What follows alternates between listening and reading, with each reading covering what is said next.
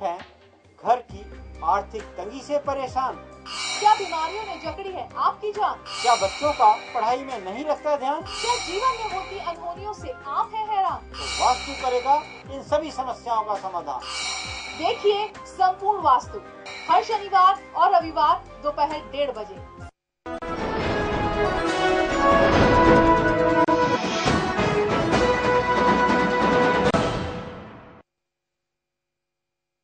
Headlines के प्रायोजक हैं पंजाब नेशनल बैंक। सीबीआई के हलफनामे में कानून मंत्री ने किए थे ब्यूरो के एफिडेविट में फेरबदल। विपक्ष ने मांगा अश्विनी कुमार का इस्तीफा, सरकार का फिलहाल इनकार।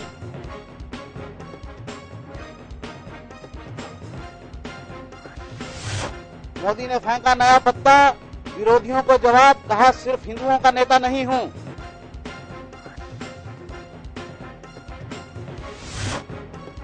पाकिस्तान की कोर्ट में बंद सरबजीत पर हमला, साथी कैदी ने बनाया निशाना, सिर पर लगी चोट। अब सपा नेता आजम खान से अमेरिका में बदसलूकी, भारत ने जताया विरोध।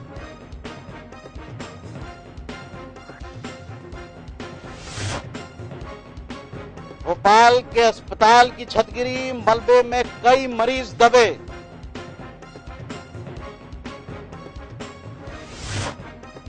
सरकार, किसान और आम आदमी के लिए खुशखबरी, मानसून इस साल रहेगा सामान्य।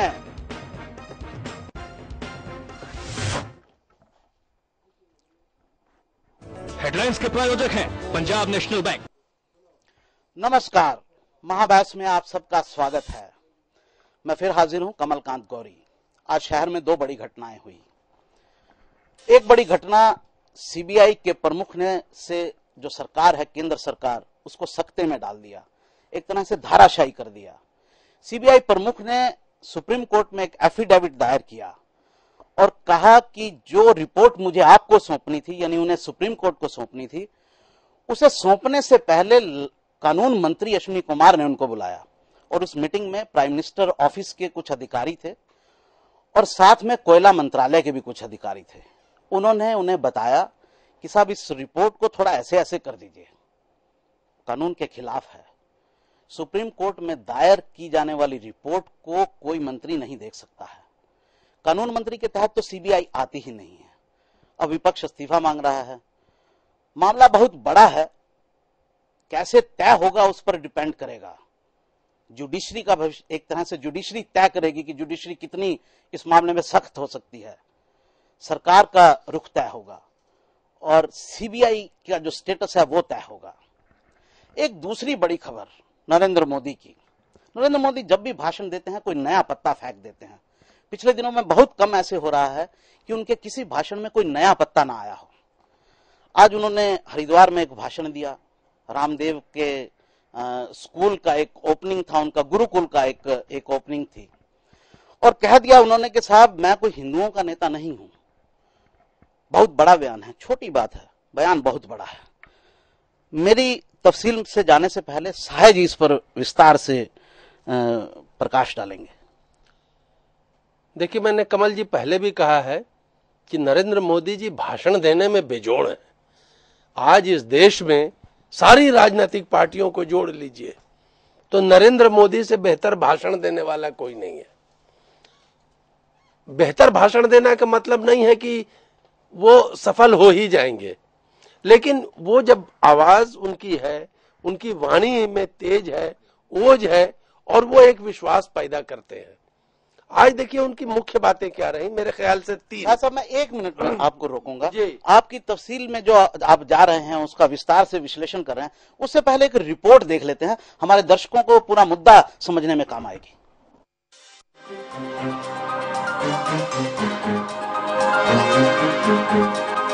रामदेव के पतंजलि योग पीठ में आज नरेंद्र मोदी ने खुलकर बोलते हुए अपनी सेकुलर छवि पेश की।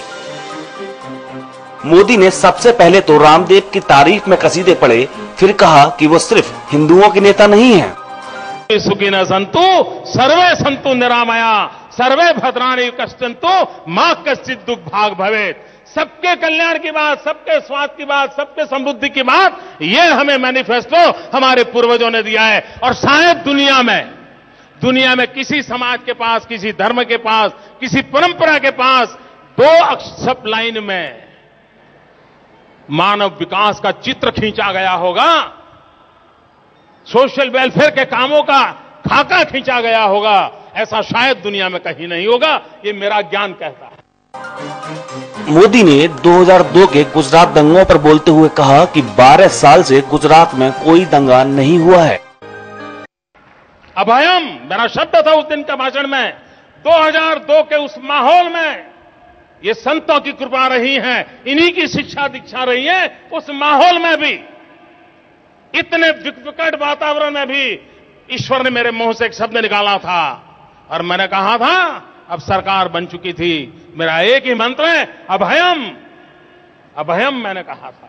भाइयों बहनों, आज 12 साल हो गए जो गुजरात के अंदर आए दिन दंगे होते थे, निर्दोषों को मौत के घाट उतार दिया जाता था।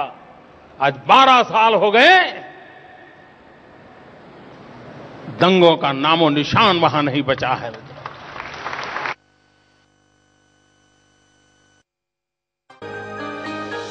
मोदी ने उनके भारत भ्रमण पर उठ रहे सवाल का जवाब भी देते हुए कहा कि वो किसी प्लानिंग के तहत भ्रमण नहीं कर रहे हैं। मीडिया के मित्र तो बड़ा उसका डिजाइन बना करके दुनिया को समझा रहे हैं कि मोदी कितने बड़े प्लानिंग के साथ आगे बढ़ रहे हैं, ऐसा बता रहे हैं। तो मैं बताना चाहता हूं, मेरा कोई प्लानिंग नहीं है जी। मोदी ने उन सभी लोगों को आज अपना बताया जिन्होंने उन्हें वोट दिया। तो मोदी के जितने भी वचन थे, प्रवचन थे, जिनको उन्होंने खुद ही कहा आपने सुने, उनका साय साहब आप बता रहे थे 3 बातें आपने कही कि प्रमुख बहुत 3 बहुत महत्वपूर्ण बातें कही। लेकिन इन तीनों बातों को सोचने के लिए, समझने के लिए मोदी जिस परिप्रेक्ष्य में बात कर रहे थे उसको समझना जरूरी है। वो परिप्रेक्ष्य क्या था? ऐतिहासिक था, सांस्कृतिक था। देखिए, उन्होंने स्पष्ट कहा कि जो लोग ये समझते हैं कि भारत 15 अगस्त 1947 को पैदा हुआ, वो गलत है। जो लोग ऐसा सोचते हैं देश को दूसरे मार्ग में ले जाना चाहते हैं। भारत की परंपरा बहुत प्राचीन है, अति प्राचीन है। ईसा मसीह के जन्म के भी हजारों वर्ष पूर्व से यह संस्कृति पल्लवित पुष्पित हुई है।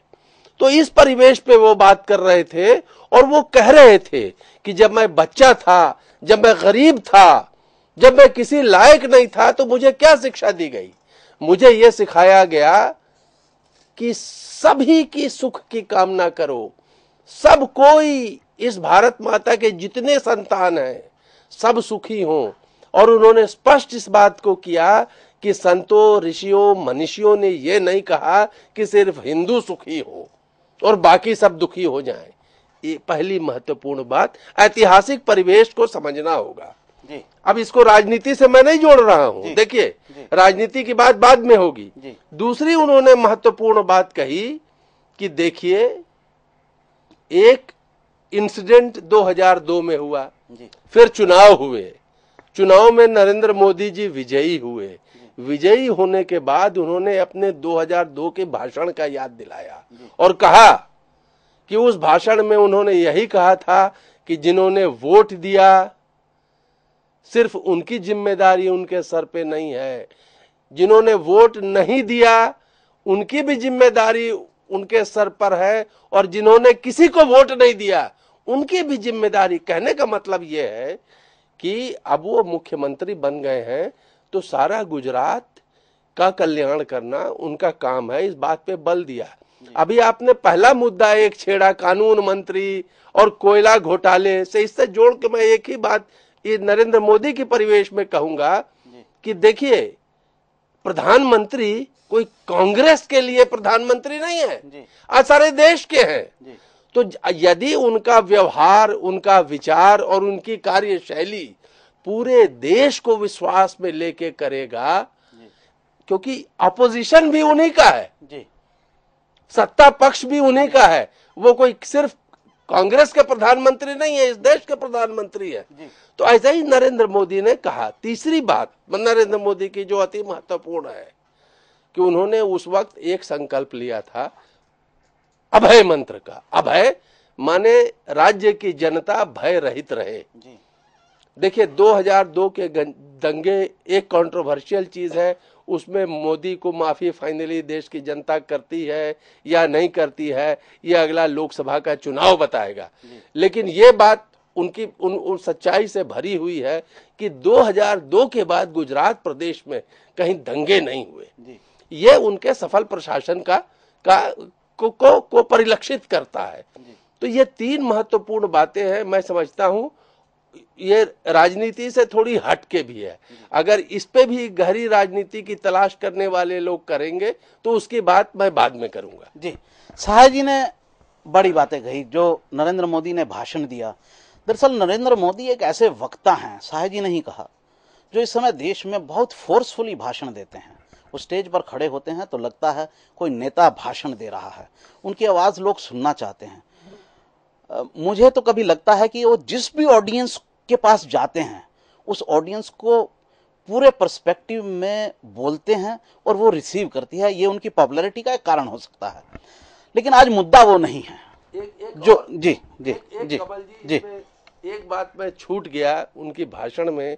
एक चीज था, उन्होंने जब भारतीय सभ्यता, संस्कृति, संस्कार और इतिहास की बात की तो कवि इकबाल का नाम लिए बगैर ये बात उन्होंने कह दिया उसी संत समाज के बीच में कि यूनान, मिस्र, रूमा सब मिट गए जहां से, कुछ बात है कि हस्ती मिटती नहीं हमारी। वो संस्कृति आज भी जिंदा है, हजारों साल की गुलामी के बावजूद जिंदा है।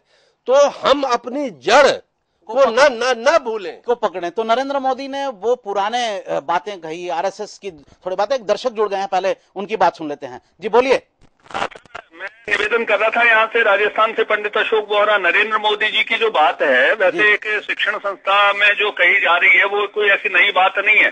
ये तो निश्चित है कि हमारी जड़ें इतनी गहरी हैं कि उनको कोई आहत नहीं कर सकता। लेकिन मैं इस चैनल के माध्यम से बताने का मतलब प्रयास करूंगा कि जो शाखाएं हैं उन पर ये जो अमरबेल छा गई है ना सब, चाहे वो भ्रष्टाचार की हो या कदाचार की हो, व्यभिचार की हो, तो इन शाखाओं को तो छांगना पड़ेगा, काटना पड़ेगा। बहुत बहुत बहुत बहुत आपने मुद्दे की बात उठाई, पूरा पर्सपेक्टिव रखा। साहब अभी कॉलर भाई साहब ने जो बात की उसमें बहुत दम है, और मैंने पहले कहा कि इसको मैं राजनीति से नहीं जोड़ूंगा, लेकिन चूंकि कॉल आ गया है, इशारा उसी तरफ है, और कॉलर का कहना बिल्कुल सही है।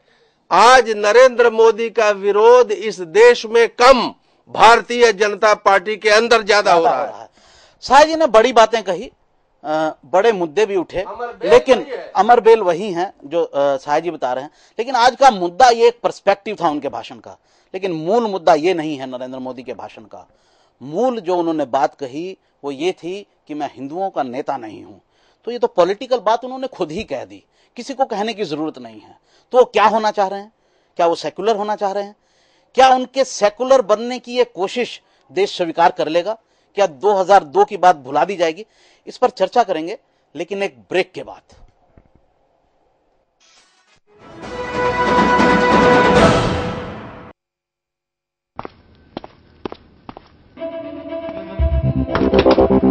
ओए अंडर 19, यहाँ से पेप्सी लेने के लिए वेट करना पड़ेगा। वेट क्यों? अभी क्यों नहीं? ओए कैप्टन से बहस करता है? हाँ, अंडर 19 कैप्टन तो मैं भी हूँ। अच्छा, आपने वर्ल्ड कप जीता, मैंने भी अभी वर्ल्ड कप जीता है। तो तू कह रहा है कि तुझ में और हम में कोई फर्क नहीं है? फर्क तो है सर। तो पेप्सी रख और कट ले। फर्क ये है, मैं आप लोगों की टीम में अभी आ सकता हूँ, लेकिन आप सर लोग मेरी टीम में कभी नहीं आ सकते। बिल्कुल आप पे गया। माँ, मेरा जन्मदिन कब है? बेटा फागुन में हुई थी तू, खूब बारिश हो रही थी। तेरे वो जौनपुर वाले रामलाल चचा है ना, उनकी शादी के 4 दिन बाद। अरे वो गौरी है ना, अपनी बच्चिया, उससे बस 1 दिन बड़ी। काश इन्होंने भी बर्थ रजिस्ट्रेशन कराया होता। बर्थ सर्टिफिकेट स्कूल में एडमिशन, सरकारी नौकरी, वोटर ID कार्ड और पासपोर्ट हासिल करने में मदद करता है। इसे आप बच्चे के जन्म स्थान पर 21 दिन के भीतर ग्राम पंचायत कार्यालय या स्वास्थ्य केंद्र से बिल्कुल मुफ्त पाएं। नन्ही सी जान की पहली पहचान। क्या आप हैं घर की आर्थिक तंगी से परेशान? क्या बीमारियों ने जकड़ी है आपकी जान? क्या बच्चों का पढ़ाई में नहीं